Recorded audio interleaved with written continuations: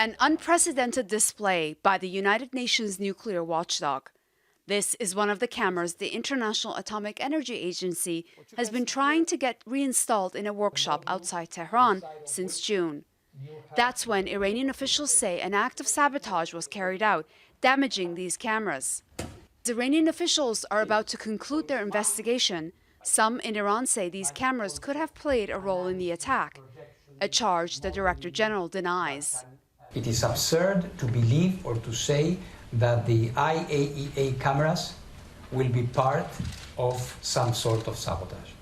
That is number one. Number two, these cameras do not have any transmitter, any beacon that can be used in the way that it was alleged.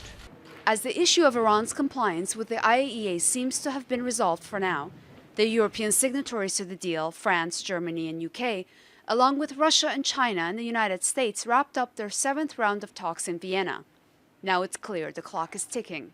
We don't have much time. There is an obvious sense of urgency in everything we do here. So we will resume soon, and we will be, I hope, having the final tranche of these negotiations. The lead Iranian negotiator and Deputy Foreign Minister Ali Bagheri Khani is more hopeful than ever before.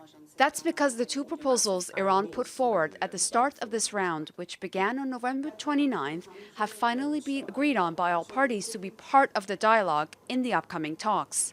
And the most important development so far, the Americans are talking specific sanctions relief for Iran. We are making provisions about sanctions relief and have gone back and forward with the Americans. They have accepted a series of our demands, and we are in the process of negotiating the details.